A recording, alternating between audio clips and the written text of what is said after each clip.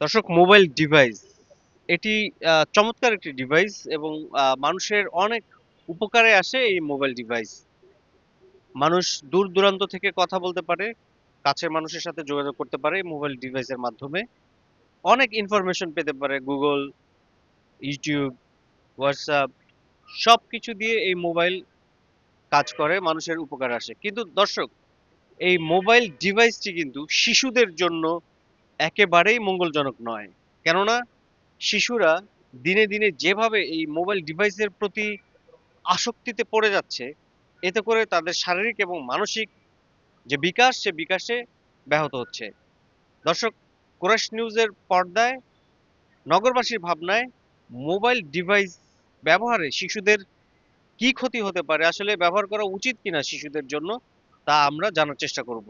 Phone যে দেখে ওরা এটা ওদের শারীরিক ও মানসিক দুই দিক থেকেই ক্ষতি করতেছে। এই যে এখন স্কুল থেকে যাওয়া মাত্র ফোনের সঙ্গে লেগে পড়বে। ওরা যে অবসর সময়টুকু পায় সেই সময়টুকুতে খেলা করবে বা ছবি আঁকবে বা অন্য কিছু করবে সেসব না, টাইম পাইলেই ফোন দেখতে চায়। এটা ওদের বাইরের কোনো জ্ঞানও বাড়তিছে না, শুধু কার্টুন এন্ড হাবি দাবি এইসবই দেখে, কোনো একটা শিক্ষামূলক কিছু দেখে না। এটা ওদের খুবই একটা খারাপ দিক। কোনোভাবেই আমরা গার্ডিয়ানরা পারতেছি না যে জিনিসটা আমরা ওদের থেকে বিরত রাখবো, কোনোভাবেই পারতেছি না। এমন ও তো স্কুল গোয়িং, কিন্তু এই যে ছোট বাচ্চা সেও ফোনের প্রতি আসক্ত। মোবাইল চালালে অনেক ক্ষতি হতে পারে, যেরকম চোখে সমস্যা হয়, ব্রেনে বিকাশ ঘটে না, পড়াশোনায় মন আসে না। মোবাইল ছাড়া বর্তমান ছেলেমেয়েরা ভাত খায় না, কোনো কিছু করতে যায় না, পড়াশোনা সব বাদ দিয়ে মোবাইলের উপরেই আছে। গেমস খেলে, মোবাইলে অনেক সমস্যা। ফোনে বিভিন্ন সম্পর্কে জানি, ট্রেনে, তারপরে প্লেন, জাহাজ, এগুলা। আচ্ছা, ভিডিও গেমস খেলো? হ্যাঁ, কার কার রেস গেম, তারপরে লুডো, এগুলা। ওই পড়ার টাইমটা কমে আসতেছে, মানে কখন পড়াটা শেষ করবে, কখন মোবাইলটা ধরবে, মানে মোবাইলে গেম অন রেখে অনেক সময় পড়তেছে।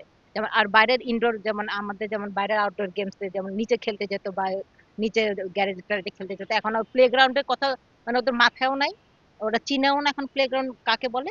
ওরা বাসায় বাসায় ফোন ধরে থাকবে। ইভেন ওরা বারান্দায় পর্যন্ত বা ওরকম ওদিকে মানে যা টাইম ওরা স্পেন্ড ওদিকে করতে চাচ্ছে না, ঘরে রুমে মোবাইল নিয়ে বসে থাকবে। মানে ওদের বিকাশটা যে মানসিক বা ওরকম শারীরিক বা কোনো অ্যাক্টিভিটিস, ওরকম অ্যাক্টিভিটিস ওদের হচ্ছেই না। আমি অবশ্যই এগ্রি করি এটা, কারণ আমি একজন মানে মা হিসেবে যেটা ফিল করেছি যে একটা বাচ্চাকে তার প্যারেন্টসদেরকে সময় দিতে হবে। সে যতটুকু বিজি থাকুক তার সময়টা বাচ্চার জন্য অবশ্যই রাখতে হবে, কারণ আমরা যে ধরনের আমরা যে কাজটা করি সেটা আমরা কিন্তু ফ্যামিলির জন্যই করি। ফ্যামিলি ভালো থাকবে, বাচ্চারা ভালো থাকবে।